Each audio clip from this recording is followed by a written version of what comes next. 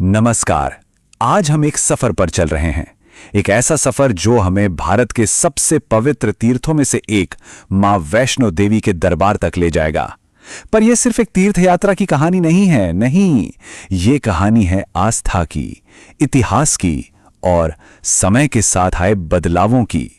सब कुछ उस एक पवित्र गुफा से जुड़ा हुआ है।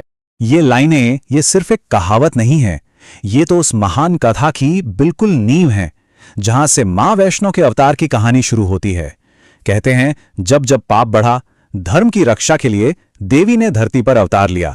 तो चलिए इसी दिव्य कहानी में उतरते हैं।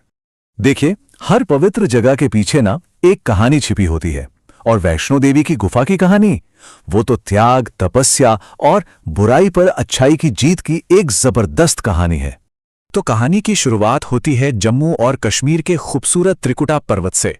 यहीं पर देवी ने 3 महाशक्तियों महाकाली, महालक्ष्मी और महासरस्वती के एक मिले जुले रूप में अवतार लिया।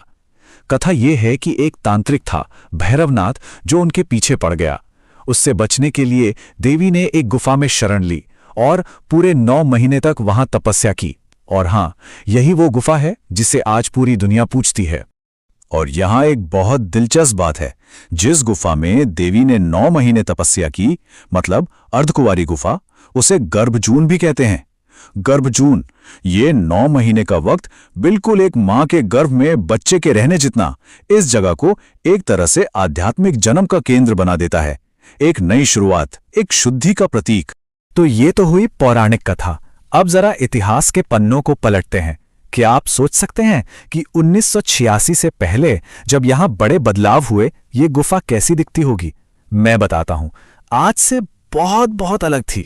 1986 से पहले ये गुफा एक लिविंग म्यूजियम जैसी थी। सच में, इसका मैनेजमेंट बारीदार नाम के लोकल परिवार देखते थे, और उनकी एक परंपरा थी कि मां को जो भी चढ़ाया गया है उसे फेंका नहीं जाएगा। नतीजा, सदियों की आस्था, भक्तों की भेंटें, इतिहास, सब कुछ गुफा के अंदर ही सिमट कर रह गया था।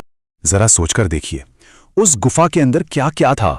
दुर्गा मां की चांदी की एक शानदार मूर्ति, बारीदारों की कुल देवी लक्ष्मी जी की सोने की परत चढ़ी प्रतिमा, और गुफा के मुहाने पर देवी का वाहन, एक बड़ा सा पीतल का शेर। बात यहीं खत्म नहीं होती। कहते हैं 19वीं सदी के मशहूर जनरल जोरावर सिंह की तलवार भी वहीं रखी थी।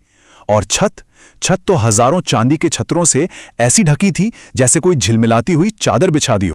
और फिर साल आया 1986, एक ऐसा साल जिसने सब कुछ बदल कर रख दिया।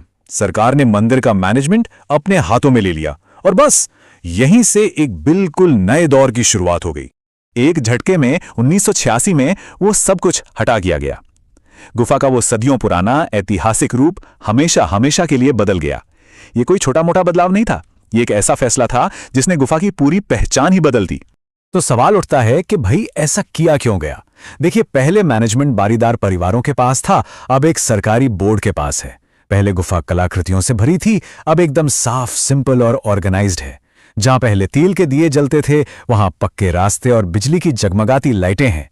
असल में मकसद एक ही था, हर साल आने वाले लाखों लाखों भक्तों के लिए इस यात्रा को ज्यादा सुरक्षित, साफ सुथरा और आसान बनाना। लेकिन फिर वो सारा सामान गया कहां? अच्छा सवाल है। देखिए, जो सबसे कीमती सोने चांदी की चीजें थीं, उन्हें तो एक ट्रेजरी में, मतलब एक तिजोरी में सुरक्षित रख दिया गया। वो अब पब्लिक की नजरों से दूर हैं।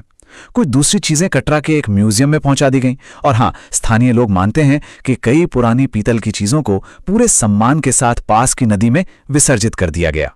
तो चलिए अब बात करते हैं आज की। आज के जमाने में एक भक्त की यात्रा कैसी होती है? कह सकते हैं कि अब यह सफर पहले से कई ज्यादा व्यवस्थित, कहीं ज्यादा मॉडर्न हो गया है। खासकर रात में जब आप दूर से भवन को देखते हैं तो ऐसा लगता है जैसे पहाड़ पर किसी ने एक हीरा जड़ दिया हो। आज के तीर्थयात्रियों के लिए रोशनी में नहाए हुए भवन की वो पहली झलक, वो एक ऐसा जादुई पल होता है ना, जो जिंदगी भर याद रहता है। किसी यात्री ने बहुत ही खूबसूरत बात कही थी कि वो पहली झलक इतनी जादुई थी, मानो हर खामोश दुआ ने रोशनी का रूप ले लिया हो। यह एहसास ही तो बताता है कि बाहर चाहे कितने भी बदलाव आ जाएं, भक्तों का उस जगह से जो इमोशनल और स्पिरिचुअल जुड़ाव है, वो आज भी उतना ही गहरा है। आज की यात्रा का एक पूरा तय रास्ता है। आप यात्रा पर्ची लेते हैं और चढ़ाई शुरू हो जाती है। पहला स्टॉप आता है बाणगंगा नदी का, जहां कहते हैं कि डुबकी लगाने से सारी थकान मिट जाती है। फिर पूरे रास्ते आपको जय माता दी के जयकारे सुनाई देंगे, जो एक अलग ही हिम्मत देते हैं। करीब 6 किलोमीटर चढ़ने के बाद आप अर्धकुमारी पहुंचते हैं, वही तपस्या वाली गुफा, और आखिर में भैरव मंदिर तक की थोड़ी मुश्किल चढ़ाई के बाद आपकी यात्रा पूरी होती है।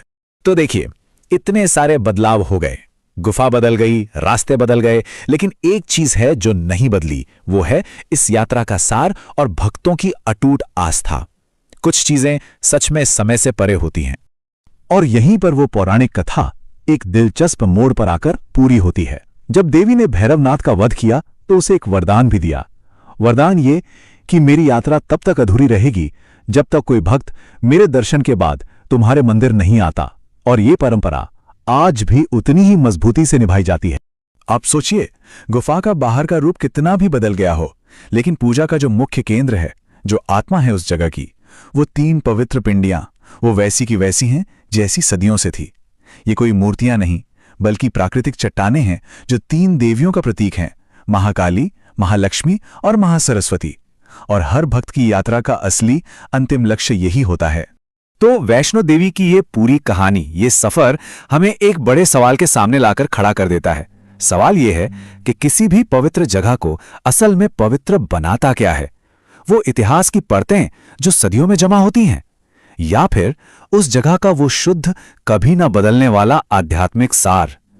एक सवाल जिस पर सोचने के लिए मैं आपको छोड़ता